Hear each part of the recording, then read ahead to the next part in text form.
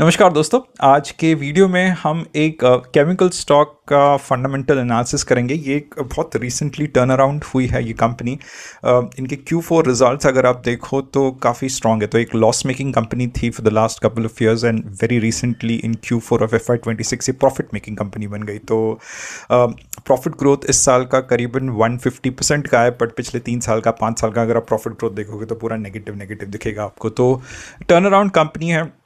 Market ने भी कुछ हद तक स्टॉक प्राइस को रिवॉर्ड किया पिछले एक हफ्ते में। And whenever you study chemical stocks there are 4 very important things which you need to kind of be mindful of before you kind of get into the business model. Products क्या बनाती है, क्योंकि products इतने complicated होते हैं, chemicals इतने complicated होते हैं, समझ में नहीं आता है कि उसका यूज़ केस क्या है क्या नहीं। तो 4 चीज़ें हर वक्त देखिए before you kind of while you shortlist chemical stock. सबसे पहले तो वॉल्यूम ग्रोथ देखिए। तो इस कंपनी का वॉल्यूम ग्रोथ 20% का हुआ है, तो वॉल्यूम ग्रोथ काफ़ी स्ट्रॉन्ग है इस कंपनी का। सेकंड थिंग, एबिटा एक्सपैंड हो रहा है, कॉन्ट्रैक्ट हो रहा है। We need to shortlist company where in EBITDA is expanding. So this company has a converter business model and its EBITDA is expanding. Second thing.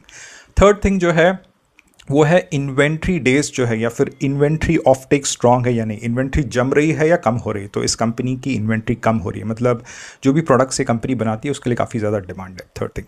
Fourth thing, क्या कोई macro Tailwind है? तो जैसे अगर आप देखोगे सप्लाई चेन डिसरप्शंस हो रहे हैं, तो क्या कोई मैक्रो टेलविंड यहाँ पे लग रहा है? इंपोर्ट सब्सटीट्यूशन का कोई मैक्रो टेलविंड यहाँ पे लग रहा है? ब्रोमीन एक्सपोर्ट्स बहुत ज़्यादा हो रहे हैं, तो क्या उसका मैक्रो टेलविंड यहाँ पे लग रहा है?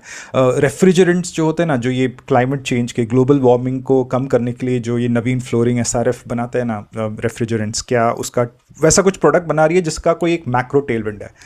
तो 2 मैक्रो टेलविंड्स इस कंपनी में लग रहा है। तो ये चारों जो खाने हैं, चारों जो ये चेकलिस्ट है, it kind of gets ticked on all the 4 points that I discuss. तो ये बहुत इंपॉर्टेंट होता है। इन एडिशन टू दैट इसका डेट कम हुआ है कंपनी का, तो डीलेवरेज किया है बैलेंस शीट मैनेजमेंट ने।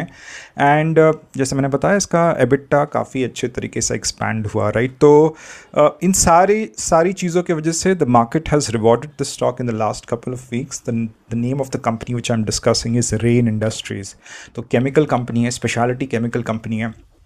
थोड़ा इसके प्रोडक्ट्स के बारे में जानकारी दे देता हूँ so that you can understand कि इसमें जो हो रहा है ये एक स्ट्रक्चरल थीम है या एक टैक्टिकल या फिर टेम्पररी थीम है। तो ये कंपनी क्या करती है, जो ऑयल रिफाइनरीज होते हैं, राइट, जब क्रूड से आप डीजल या पेट्रोल बनाते हो, ऑयल रिफाइन जब होता है उसका एक बाई प्रोडक्ट निकलता है। तो ये कंपनी वो बाई प्रोडक्ट को लेती है, उसको प्योरीफाई करती है, उसको प्रोसेस करती है और उसका एक एंड प्रोडक्ट बनाती है जो एल्यूमिनियम स्मेल्टर्स में बहुत इस्तेमाल होता है।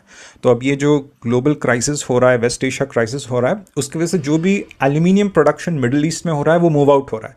या फिर बहुत सारे कंपनीज जो बोल रहे हैं कि यार अभी जो स्मेल्टिंग के लिए हम चाइना के ऊपर डिपेंडेंट थे, वो हम डिपेंडेंसी कम करना चाहते हैं, हम हमारी स्मेल्टिंग या रिफाइनिंग खुद करना चाहते हो। मतलब बॉक्साइट को लेके उसको एल्यूमिनिया बना के फिर उसको एल्यूमिनियम बनाने का काम हम खुद करना चाहते हैं। चाइना के ऊपर डिपेंडेंसी नहीं चाहिए, मिडिल ईस्ट के ऊपर डिपेंडेंसी नहीं चाहिए।